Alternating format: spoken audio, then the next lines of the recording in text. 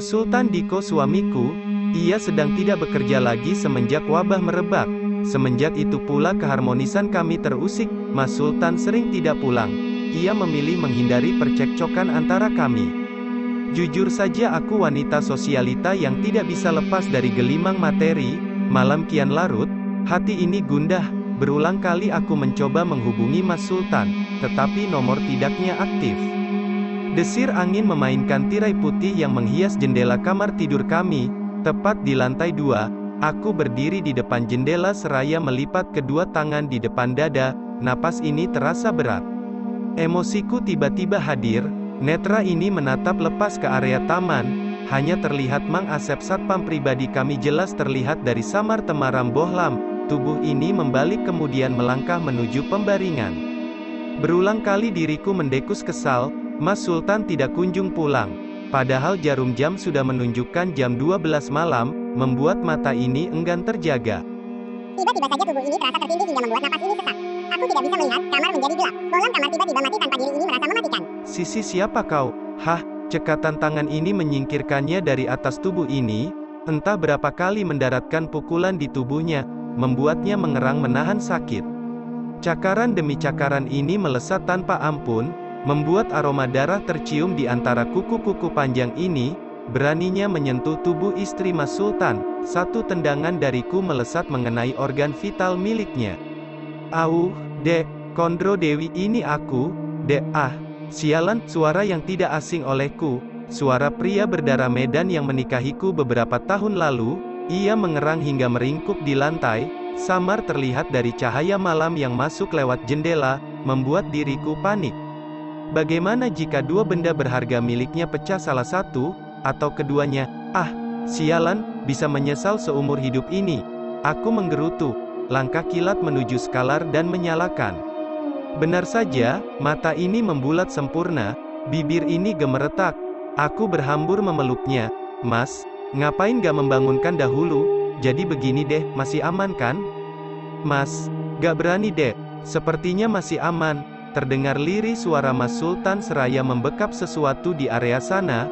Memang semenjak tidak bekerja ia berkali lipat lebih tunduk padaku. Seperti malam ini, ia ingin memainkan tubuh indah milikku diliputi rasa takut teramat, hingga lebih memilih tanpa permisi. Sialnya aku sudah tidak begitu mengenali aroma parfum miliknya. Maklum saja ganti merek murahan, hingga diriku menyangka ia pria lain. Mendengar itu, hati ini luluh. Aku membiarkan dirinya menikmati keindahan malam bersamaku. Keesokan harinya, terlihat wajah Mas Sultan lebih fresh dengan senyum menggantung semeringah. Deretan bulu halus yang menghias rahang kokoh miliknya seperti baru mendapatkan percikan embun. Rambutnya yang panjang tergerai hingga bahu tersapu angin pagi. Ia sedang asyik menikmati secangkir kopi buatanku. Aku memeluknya dari belakang. Mas. Petik 2. Aku membisik di cuping telinganya. Iya, ada apa? Aku duduk tepat di depannya kini. Mata kami saling beradu. Mas, aku punya usul. Apa, Dek? Mas harus setuju, adek kan? Tahu kalau Mas selalu menuruti keinginanmu. Baiklah. Beberapa hari kemudian kami mendatangi seorang pemuka adat, lebih tepatnya juru kunci. Seperti yang teman-teman geng sosialita lakukan, aku melakukan hal yang sama. Tentunya diriku sudah tahu apa saja yang harus kami bawa saat bertandang. Tidak perlu Mas Sultan repot bekerja lagi, pundi-pundi rupiah akan datang sekejap mata. Malam ini perdana Mas Sultan unjuk gigi. Satu pembuktian ia tunduk patuh atas segala titah dariku. Mas Sultan keluar dari kamar mandi. Dada bidang suamiku tercinta dipenuhi bulu halus, tertidur rapi setelah terjamah dingin air. Ia harus mandi besar dahulu sebelum melakukannya. Tanpa sadar aku menelan selaiva, tetapi buru-buru terhempas jauh. Ada yang penting harus dilakukan olehnya. Mas Sultan duduk di depanku. Ia bersila, terlihat maco dengan balutan kain batik dan bertelanjang dada. Kini Mas Sultan sudah menangkup tangan setara dagu. Matanya terpejam. Aku membaca mantra pada cari kertas yang diberikan oleh juru kunci. Tidak butuh waktu lama, Mas Sultan lenyap dari pandangan mata ini. Aku tersenyum manis sekali saat tumpukan uang 50 ribuan dan 100 ribuan sudah ada di depan mata ini. Tuhan memang adil. Tiba-tiba saja lilin nyaris padam. Satu pertanda Mas Sultan dalam masalah.